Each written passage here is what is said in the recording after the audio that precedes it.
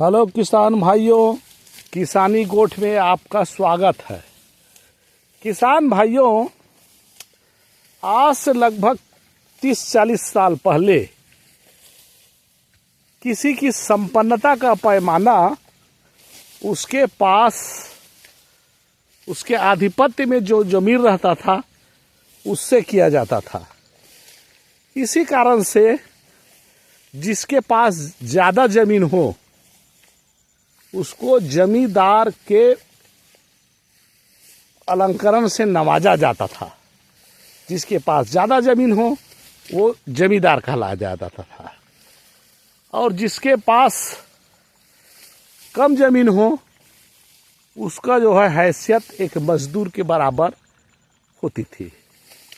लेकिन आज किसानों की स्थिति, जमीन बिक गई है और जमीन को वो लोग अपने मजबूरी बस बेचे हैं, ऐसा नहीं है। जमीन क्योंकि मेहनत ज़्यादा लगता है, इस कारण जमीन बच गई है।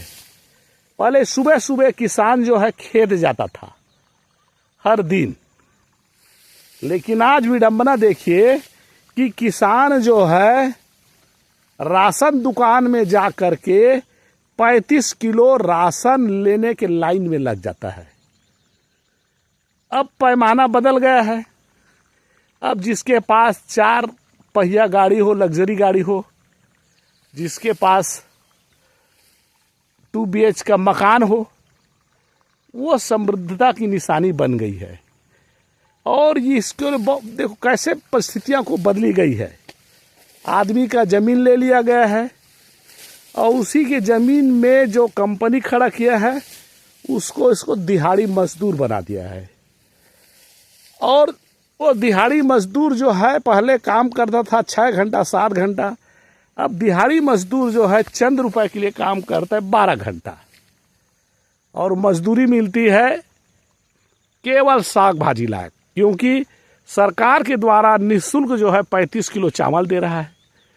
35 किलो चावल देने के पश्चात किसान जो है किसानी को भूल गया है और उसकी लाइन जो है केवल राशन के दुकान में है। जो वो सेठ साहूकार कंपनी वाले काम करता है उसका जो है मात्र तेल, नमक और सब्जी ही ले पाता है। अब सोचिए खेती कैसे बर्बाद हो गया है।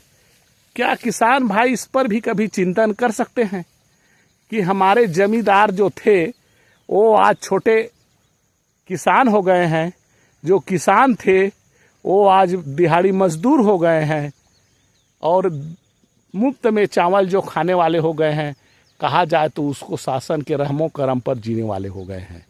इस कारण से किसान भाइयों, किसी भी परिस्थिति में हो, ना खेती छोड़िए ना ही खेती बेचिए। ये बात जो है अब समझ में आ रही है, तो किसान भाइयों इस पर भी अमल करने की कृपा करें। खेती है, जमीन है तो हम जमींदार हैं।